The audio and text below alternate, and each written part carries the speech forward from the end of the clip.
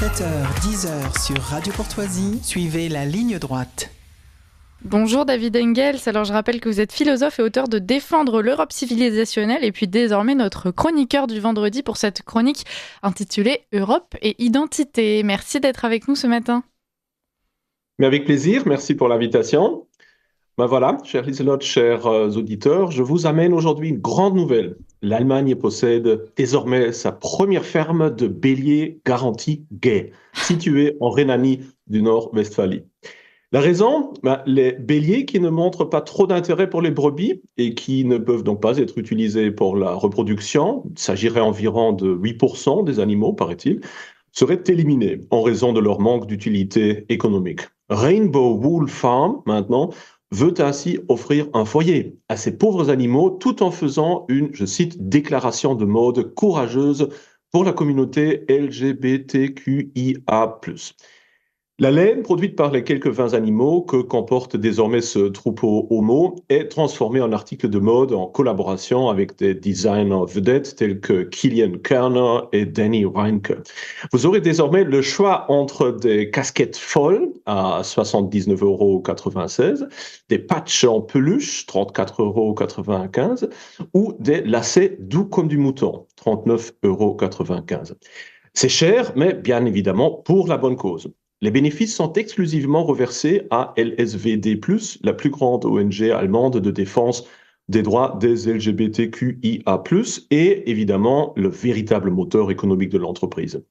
C'est ainsi que l'on peut lire sur le site de cette ferme: avec Rainbow Wool, chaque achat devient une décision consciente pour plus d'acceptation, de diversité et de développement durable, et pose ainsi un acte visible pour un monde plus haut en couleur et plus juste. C'est très émouvant, c'est très beau tout ça, David Engels. Vous en pensez quoi, vous ?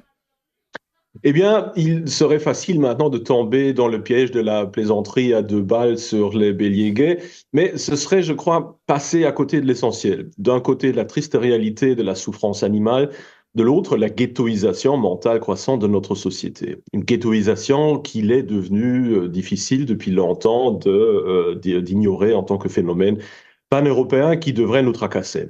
Pour commencer par le premier point, il n'est pas nécessaire d'avoir une attitude politiquement très écologiste pour comprendre que l'élevage industriel est un crime que l'on peut certes enjoliver par les arguments les plus divers, mais que peu de gens pourraient continuer à approuver s'ils étaient témoins de la réalité quotidienne de cet élevage. J'ai souvent souligné que l'achat d'un 4x4 dans le seul but d'agacer son voisin écolo-gauchiste buveur de café au soja n'est pas la bonne réponse aux aberrations idéologiques du mouvement écologiste et des climato-fanatiques.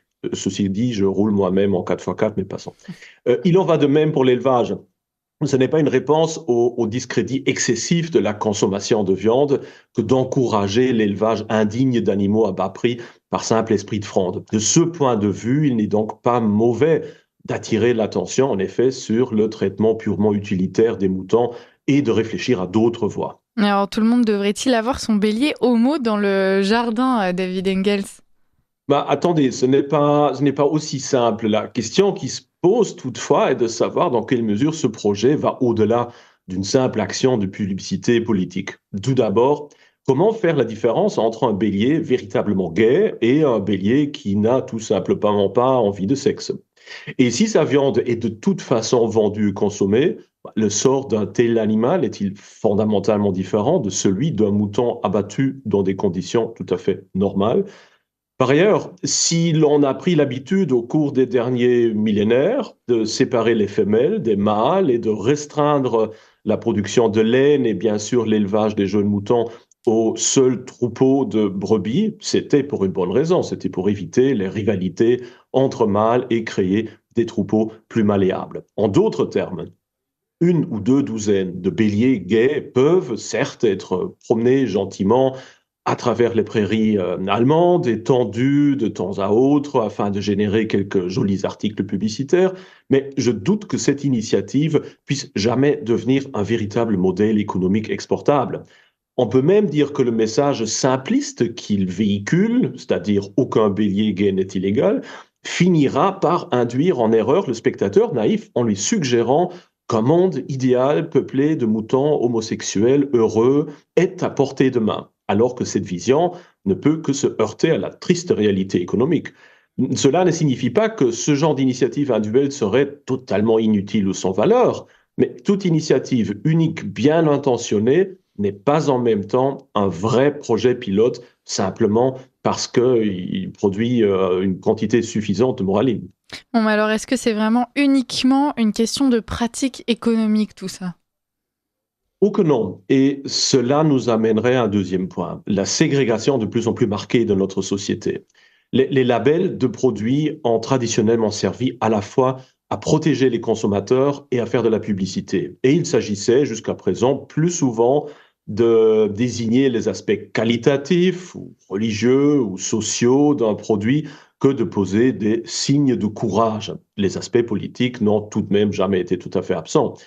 Avec le Rainbow Rule, néanmoins, un nouveau niveau semble atteint, car ici, la publicité ne mise plus sur la qualité du produit ou sur l'identité particulière des producteurs, mais sur un parallélisme explicite entre le produit et le destinataire, c'est-à-dire entre des béliers homos et des acheteurs gays. Cela pose problème dans la mesure où la lutte socioculturelle de la sphère humaine est transposée dans le monde animal afin d'envoyer des signes ou des signaux hautement politiques. Tout d'abord, il y a la tentative de légitimer les orientations sexuelles des humains par celles des animaux, ce qui est problématique dans la mesure où il existe de nombreux autres comportements dans le monde animalier que le fait d'avoir moralisé, transcendé et surmonté n'est certainement pas le moindre des accomplissements de l'humanité.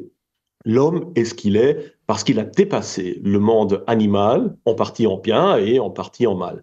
Je vous rassure immédiatement, évidemment, loin de moi de vouloir revenir sur la tolérance de l'homosexualité. Vous nous rassurez effectivement, merci David Engels. Mais l'existence d'un certain comportement animalier ne permet pas, du moins de mon point de vue, de tirer automatiquement et sans questionnement des conclusions descriptives et normatives sur un comportement analogue dans le monde humain.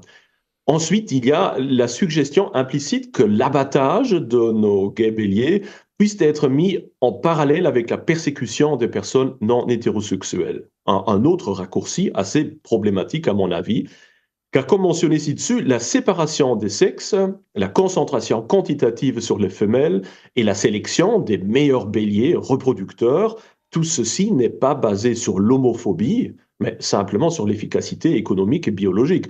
En d'autres termes, les béliers homos ne sont pas abattus pour les punir de leur homosexualité, mais parce qu'ils n'engendrent pas de descendance et sont donc économiquement inintéressants. Une décision triste et certainement contestable en partie, mais logiquement, malheureusement, compréhensible. Et l'éternel récit de la persécution des personnes non hétérosexuelles ne commence-t-il pas aussi à être quelque peu usé, du moins dans le monde occidental, de sorte que l'autoparallélisation des homos avec le proverbial bouc émissaire ne devrait pas être lentement considérée comme dépassée? Certes, il y a suffisamment de pays où les homosexuels sont criminalisés, mais il y en a aussi beaucoup où, par exemple, les chrétiens ou les blancs sont persécutés et expropriés. Est-il vraiment nécessaire d'agiter, de se victimiser, de marquer le coup et de s'indigner constamment jusqu'à ce que le dernier coin du globe soit heureux et satisfait? Peut-être certains conservateurs devraient-ils vraiment s'inspirer de cet idéalisme? Mais très probablement, contrairement aux producteurs de laine de bélier gay, leurs actions ne seraient sans doute pas accompagnées des applaudissements enthousiastes des médias. Et enfin, il y a l'affirmation selon laquelle le fait d'encourager la survie des béliers gays constituerait un signe en faveur des intérêts de la communauté LGBTQ humaine, je précise. Merci de préciser, on s'y perdait presque. D'une part, il me semble qu'il y a un certain non sequitur entre les deux domaines. Et d'autre part, il faudrait se demander si cette autocomparaison avec le monde animalier ne prend pas tôt ou tard des allures si grotesques qu'il nuit plus qu'elle ne profite aux revendications sociales correspondantes.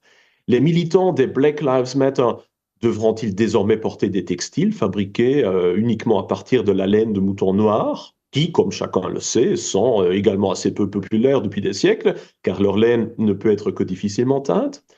Les lesbiennes ont-elles encore le droit de boire du lait, de manger du fromage ou des œufs, puisque ces produits n'ont pu être obtenus que comme conséquence d'actes animaliers hétérosexuels? Et il existe d'ailleurs en effet des mouvements féministes qui s'opposent au viol industriel des animaux. Et quelle serait la réaction des médias de masse s'ils venaient un jour à l'idée d'un oligarque de droite de créer sa label bien à lui, opposant par exemple l'association allemande des gay farmers, celui des hetero farmers dont les moutons seraient des obsédés du sexe garanti, ou même celle des patriotic farmers dont les vaches meugleraient l'hymne national ou marcheraient au pas? C'est beau. Le moralisme allemand revisité par le surréalisme belge, vous nous faites vraiment rêver ce matin, David. Merci, merci. Mais redevenons sérieux.